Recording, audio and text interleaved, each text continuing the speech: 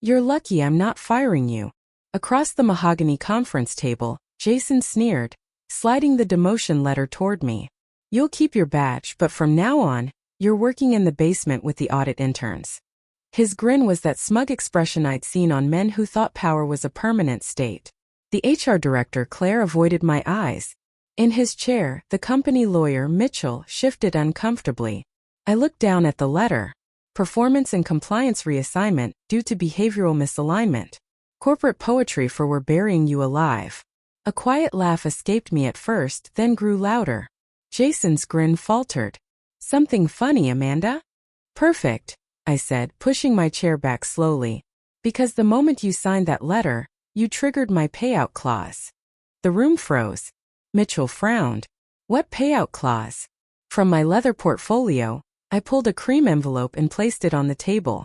It looked ordinary until they saw the embossed seal from Westlake Trust Services, our M&A escrow partner. The notarized integrity clause, I stated calmly, signed in 2018 by then CEO Robert Klein, approved by the board's compensation committee, and filed under the original merger agreement.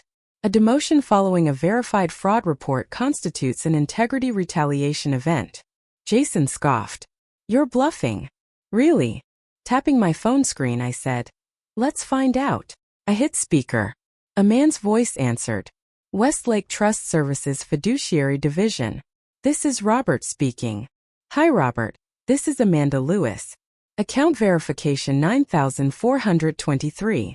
Please confirm the trigger conditions for the Integrity Performance Clause, linked to Apex Systems Compliance Pool. After a brief pause, keys clattered. One moment. Yes, I see the account. The trigger event was verified this morning. Upon confirmation of adverse employment action, a payout of $120 million will be released from the compliance incentive pool. The color drained from Jason's face. Wait, what? That's not possible, Mitchell stammered. Please confirm, I said. Under Section 7.3, an employee demoted or terminated in retaliation for reporting regulatory fraud exceeding $10 million qualifies as a constructive termination event. The escrow funds are outside company control. The release is automatic. Silence. You could hear the hum of the fluorescent lights. Then Jason exploded. Cancel that transaction immediately. I'm sorry, sir, the banker replied. These are irrevocable instructions signed 5 years ago. The funds will transfer within 1 business day. I ended the call and leaned back. You were saying, Jason? His lips moved but no sound emerged. Claire's pen fell from her hand. Mitchell looked like he wanted to melt into the carpet. I didn't gloat. Not yet. I just folded my hands. You really should have read the merger documents before trying to humiliate me. I'm Amanda Lewis, 41 years old, Senior Compliance Analyst at Apex Systems, or at least I was until 10 minutes ago. When I joined the company back in 2017, Apex was merging with an aerospace firm twice its size. Legal, finance, HR, everyone was scrambling. That chaos became my playground. See, before Apex, I spent 8 years in a defense contractor's audit division. My job was to detect procurement fraud, shell vendors, and insider kickback schemes. The first thing they teach you in that world is to prepare for betrayal. The second is to protect yourself in writing. So, during the merger at Apex, I negotiated a clause. If I ever filed a verified integrity report exposing major financial violations, and the company retaliated against me instead of investigating, I'd receive a payout from the compliance reserve pool. That pool was worth $120 million.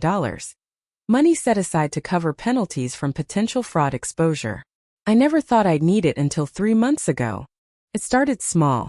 A few odd invoices tied to vendor optimization consulting, but the amounts made no sense. $840,000 per month to a Delaware LLC with no employees. The authorizations were always signed by our CFO, Patricia Hale. I'd seen that pattern before. Fake vendors, shell companies, falsified cost centers, the kind of scheme that drains millions right under everyone's nose. So I did my job. I followed the paper trail. Over 8 weeks, I uncovered $47.6 million in fraudulent payments routed through 3 ghost vendors. Patricia had built her own golden pipeline. I submitted a detailed integrity report, 62 pages with financial flowcharts and verified bank statements. I expected an internal audit, maybe even quiet gratitude. Instead, Jason, her right-hand man, called me into his office 2 days later.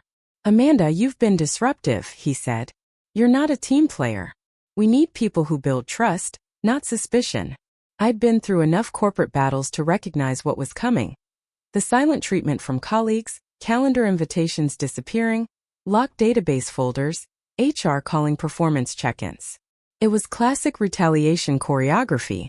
So I waited, documenting everything, every revoked access request, every email marked returned undeliverable, every meeting I was accidentally excluded from. And today, November 12th, 10 a.m., they made their move. The official demotion. The trigger. Jason was still staring at the table when I stood. "You wanted me gone," I said softly. "You should have fired me. But you didn't. You demoted me. And that's what cost you $120 million. He lunged forward. "You planned this." "No," I said, gathering my papers. "You did." I turned toward the door, my pulse steady. 6 years of preparation, of quiet patience, had just detonated in the center of the company's power structure. As I walked out, I could hear Mitchell whispering, "Did she really just?" I smiled. Yes, I really did. And the funny part? The $120 million wasn't even the endgame. That was just phase 1. When people ask how I managed to pull off a $120 million payout, I tell them the truth. It didn't start as revenge. It started as survival. Back in 2018, Apex Systems was a mess. The merger with Lauren Aerospace had doubled our contracts, but also doubled our corruption. I was 35 then, newly promoted, still naive enough to think doing the right thing mattered. During those months, I worked 14-hour days reviewing supplier integrations and cost structure reports that made no sense. Numbers that never added up. Invoices without work orders, strategic partners who didn't exist outside of spreadsheets. I remember confronting my then manager, Tom Reynolds. "These vendor authorizations don't follow Pentagon compliance codes," I told him. He just smiled and said, "Amanda, it's merger chaos. Don't look too closely." That sentence stayed with me for years. So, I started documenting everything. Not because I was paranoid, but because I'd seen good people destroyed for less. I had a mentor back then, a quiet man named Edward Grant, former Air Force intelligence turned auditor. He once told me, "Never fight corruption empty-handed. Paperwork wins wars." That's when the idea of the clause began. During the merger, Apex and Lauren were creating a compliance incentive fund. $120 million set aside to encourage ethical reporting. The lawyers wanted to make it look good for regulators. I just saw a shield waiting to be forged. While HR and legal were drowning in integration documents, I drafted a small addition to my employment contract. A protection clause stating that if I reported verified financial misconduct and experienced retaliation before an investigation concluded, I'd receive an accelerated payout from that compliance pool. It sounded harmless. Corporate theater for integrity. The clause needed only 2 signatures. The outgoing CEO, Robert Klein, and the Compensation Committee Chair, Evelyn Dorsey.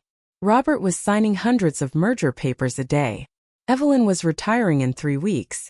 Both signed without a question. I filed the notarized copy with Westlake Trust Services, our merger escrow bank, and sent a sealed duplicate to my attorney in Seattle. Then I locked the original in a safe deposit box. The whole process took 3 days and a little over $200 in notary fees. I never mentioned it again. For the next 6 years, I worked like any other employee. Early mornings, late nights, chasing deadlines, building trust. My department saved Apex millions by identifying waste in supplier contracts. I got awards, promotions, and polite applause at company town halls. They called me the watchdog. I wore it like a badge of honor. Then came Patricia Hale. She joined as CFO in 2020, fresh from a tech startup acquisition that regulators later investigated for accounting irregularities. Jason arrived with her, her so-called operations specialist, though everyone knew he was her enforcer. They talked big game about streamlining operations and increasing liquidity. Translation: cut oversight. Move faster. Ask fewer questions. The first year under Patricia felt different. She was charming at first. Compliments in meetings, invitations to high-level briefings. But it changed the moment I questioned a $9.4 million consulting retainer paid to a newly formed vendor in Delaware. She froze me out overnight. By early 2023, people in my department started disappearing. Resignations, sudden transfers, burnout. And yet the vendor list kept growing. That's when my instincts, honed by years of compliance work, started screaming. I began my investigation quietly after hours using mirrored backups of the finance system. The deeper I looked, the uglier it became. 3 shell companies, identical invoice templates, payment authorizations signed within minutes of submission, always by Patricia. She'd built a hidden siphon. When I reported it to the internal audit committee in September, I thought Apex would do the right thing. Instead, I was escorted out of my own office pending a compliance review. They tried to isolate me. Calls unanswered. System access suspended. HR performance evaluations appearing in my inbox like clockwork. That's when I knew it was time. I drafted the integrity escalation letter, simple, factual, and devastating. Attached every document, email, and transaction trace. I mailed it certified to Westlake Trust Services, copied my attorney, and submitted the internal report. I even recorded a short video on my phone, timestamped, explaining the retaliation sequence just in case something happened to me. When Jason called me into that conference room 2 weeks later, I already knew the outcome. I'd prepared for that exact moment since 2018. What they thought was humiliation was legally a trigger condition. The irony? The clause they ignored wasn't even hidden. It had been part of my digital HR file for 6 years. No one ever bothered to read it. After the meeting ended, I walked straight to the parking lot. The November air bit at my face, but I felt strangely calm. I sat in my car, exhaled, and whispered, "It's done." My phone buzzed. An email from Westlake confirming verification under review. I stared at it for a long minute. Part of me still couldn't believe it was real, but it was. I had followed every protocol, filed every report, and documented every act of retaliation. They had walked straight into the trap, one I'd built patiently, ethically, and completely within the law. Edward's voice echoed in my memory. Paperwork wins wars. This wasn't just a win. It was justice. Signed, sealed, and escrowed. I turned the key in the ignition and drove away. My heart steady for the first time in months. I didn't know what would happen next, but one thing was certain. Apex Systems had just declared war on the wrong person, and I was ready for every move they'd make. By the next morning, the silence was deafening. No congratulatory emails, no angry calls, just quiet. That's how corporations respond when they're cornered. Pretend nothing's happening. Hope it blows over. But I'd been through this before. When people are desperate, they get sloppy. At 8:43 a.m., I received a system notification. Access to Apex Compliance Network temporarily suspended due to administrative updates. There it was, the first official retaliation, neatly timestamped for my records. By 10:15, my name was removed from the executive email group. At 11 o'clock, my office badge failed at the elevator, and security told me my clearance level was being reviewed. I smiled. Each of those acts, every digital door closed behind me, was one more nail in their own coffin. Still, I couldn't let my guard down. Apex had a reputation for playing dirty. I knew they'd try to discredit me, maybe even intimidate me into signing a resignation agreement. So, I did what the Army veterans I used to work with called prepping the perimeter. I went home early that day and backed up everything.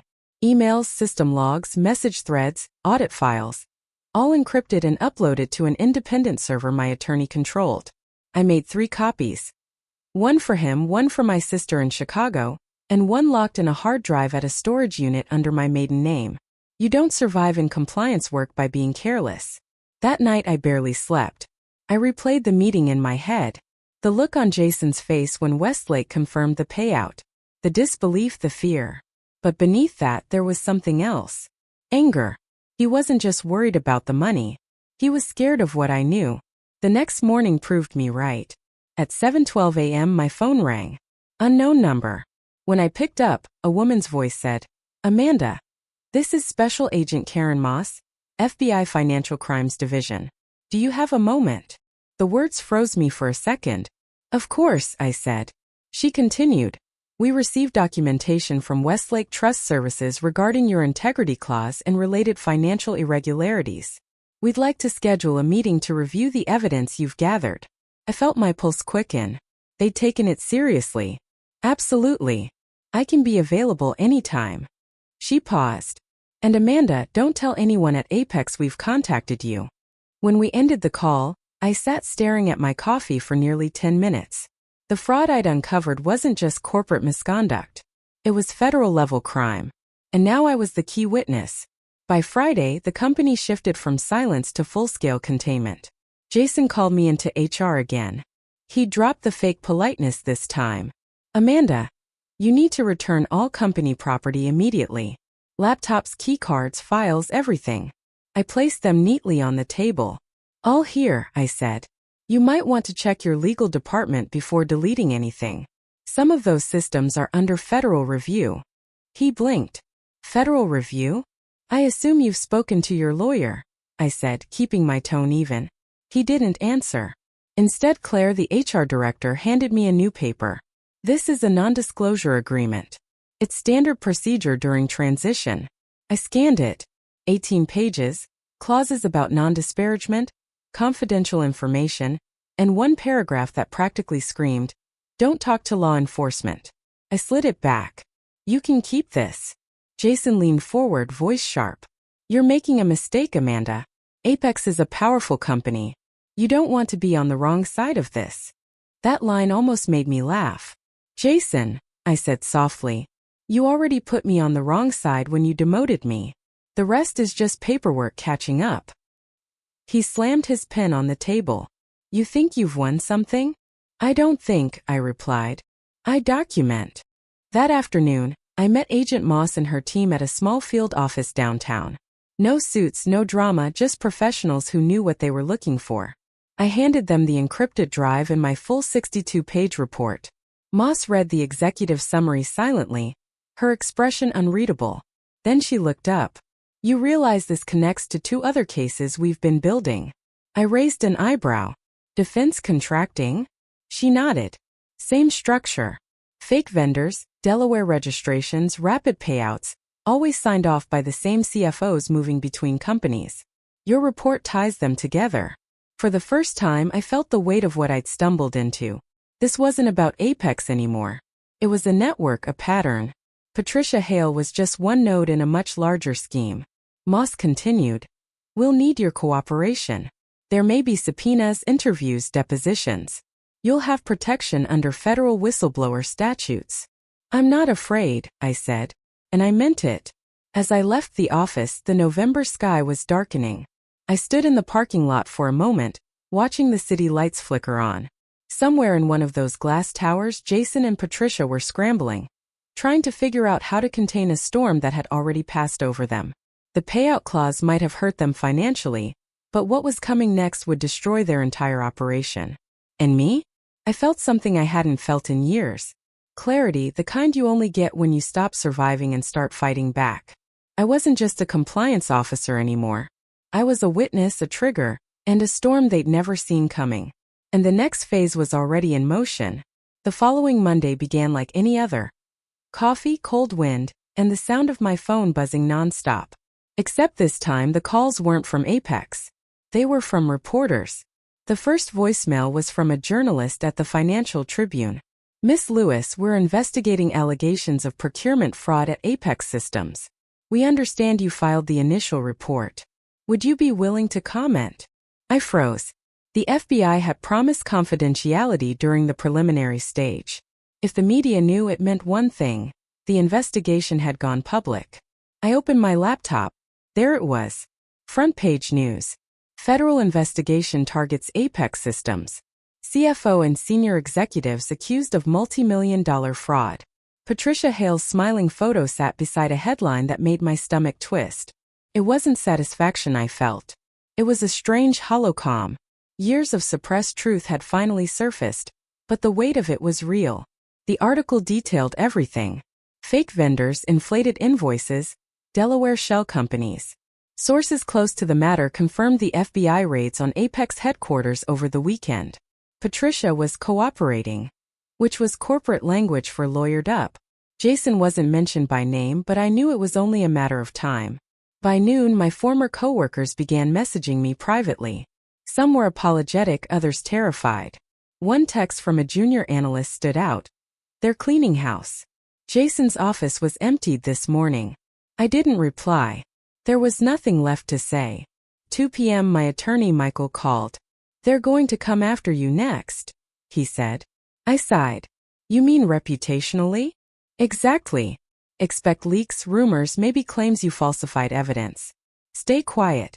The FBI's case is strong, but Apex's legal team will try to muddy the water before indictments drop." He wasn't exaggerating. By evening, several blogs had published anonymous insider statements, suggesting my integrity report was motivated by personal grievances. They even dredged up my old divorce, claiming financial stress was my motive. Stung, but I'd expected it. Patricia's lawyers were experts in deflection. When cornered, people like her didn't fight the facts. They attacked the messenger. The next day, Agent Moss called. "Don't engage with the press," she warned. "We've obtained financial warrants. The Delaware bank accounts linked to Phantom Ridge and Laddie's Consulting are frozen. Hale's passport has been flagged for flight risk." "Any arrests yet?" I asked. "Soon," she said. "We're finalizing the charges. Your documentation was airtight." That night, I sat on my balcony with a cup of tea, watching the city lights blur into the water. For the first time in years, I wasn't worrying about my job. I wasn't thinking about deadlines or compliance reports or who might stab me in the back next quarter. I was free, but freedom felt complicated. Part of me wanted to celebrate. Yet another part kept remembering the good people at Apex, the analysts, assistants, and engineers who'd done nothing wrong, but would now lose their jobs because of others' greed. That guilt was hard to shake. 3 days later, I got an unexpected call from Claire, the HR director who'd been in the room when Jason demoted me. Her voice trembled. "Amanda, they're saying the company's collapsing. The board just fired Patricia. Jason's gone. Half the executives are on administrative leave. What did you do?" I almost laughed at the irony of that question. "What did I do, Claire?" I told the truth. There was a long pause. "They're saying you walked away with $120 million. Is that true?" "It's not that simple," I said quietly. "It wasn't their money. It was the compliance reserve meant to protect whistleblowers. They just never thought anyone would use it." She exhaled shakily. "Jason told us you were unstable, that you were sabotaging the company." "I know what he said," I replied. "That's how corruption works. It gaslights everyone around it." Her voice softened. "For what it's worth, I'm glad you did what you did. Maybe now they'll stop pretending integrity is just a word on a poster." After we hung up, I stared at my reflection in the window for a long time. I didn't look like someone who'd just won. I looked exhausted, like someone who'd been carrying a secret for too long. The next morning, the news exploded again. Apex CFO arrested in federal fraud probe. Multiple executives charged. The images were surreal. Patricia in handcuffs, escorted from her gated mansion. Jason's mugshot splashed across every news site. I should have felt vindicated, but instead there was a quiet sadness. I'd spent years fighting for honesty, and now that truth had finally prevailed, it didn't feel triumphant. It felt necessary. Later that afternoon, Agent Moss called with one final update. The board has settled with the SEC. Apex will pay $240 million in fines and restitution. They're also dissolving the Defense Contracts Division. You won't need to testify publicly. They're using your documentation as the foundation for the prosecution. I thanked her and ended the call. Then I walked to my desk, opened the top drawer, and pulled out the original envelope. The notarized clause that had started it all. The seal was still intact. 6 years ago, I'd written it to protect my job. Instead, it became the blueprint for something bigger. A system that finally punished the people who thought they were untouchable. I placed it back in the drawer and whispered, "One more phase left." Because even though the fraud had been exposed, my story wasn't over. Now it was time to decide what came next. How to turn this chaos into something meaningful. And that choice, I realized, would define everything that followed. 6 months later, I still woke up at 6 a.m. every day. Old habits die hard, even after you've walked away with a payout that could last 3 lifetimes. But my mornings look different now. No rush hour traffic, no inbox full of urgent flags, no fake smiles in glass boardrooms, just quiet. I'd bought a small house on Bainbridge Island overlooking Puget Sound. Not a mansion, not a statement, just peace. Sometimes I'd sit on the porch with coffee and watch the ferries drift by, thinking about how everything changed because of one signature on a document 6 years earlier. The $120 million transfer had gone through without a hitch. Westlake confirmed it. My attorney verified it. And Apex never got a cent back. They tried, of course, filed emergency motions in Delaware and Washington courts, but every ruling came down the same. The clause was valid, the conditions met, the payout legal. To the world, I was the woman who beat the system. To me, I was just someone who refused to stay silent. 2 months after the case broke, Agent Moss called again. "We've wrapped up the broader investigation," she said. Patricia Hale pleaded guilty to wire fraud, tax evasion, and conspiracy. 22 years, no parole. Jason Cooper took a plea deal. 5 years and forfeiture of all assets. Apex settled with the government for $240 million. I remember sitting in my kitchen, staring out the window as she spoke. I didn't feel joy. I felt closure. The kind that's quiet, like exhaling after holding your breath for years. Then Moss added, "The Bureau wants to debrief you for a case study. Your documentation process, your clause, set a new precedent for whistleblower protection in corporate environments." That surprised me. My clause, something I'd written in a moment of fear and foresight, had become a model for reform. "So it worked," I said softly. "It worked," she confirmed. "Because you planned it like a professional, not a victim." When we hung up, I thought about that word. Victim. I'd been called that by reporters, by lawyers, even by friends. But I never felt like one. I hadn't fought for revenge. I'd fought for accountability. By spring, I'd started something new. A consulting firm called Integrity First Solutions. It began small. Me, my laptop, and a rented office near the marina. I helped companies build internal fraud protections. Real ones, not the empty HR buzzwords. Within months, demand exploded. CEOs, compliance teams, even government contractors reached out asking me to review their systems. They didn't want another Apex.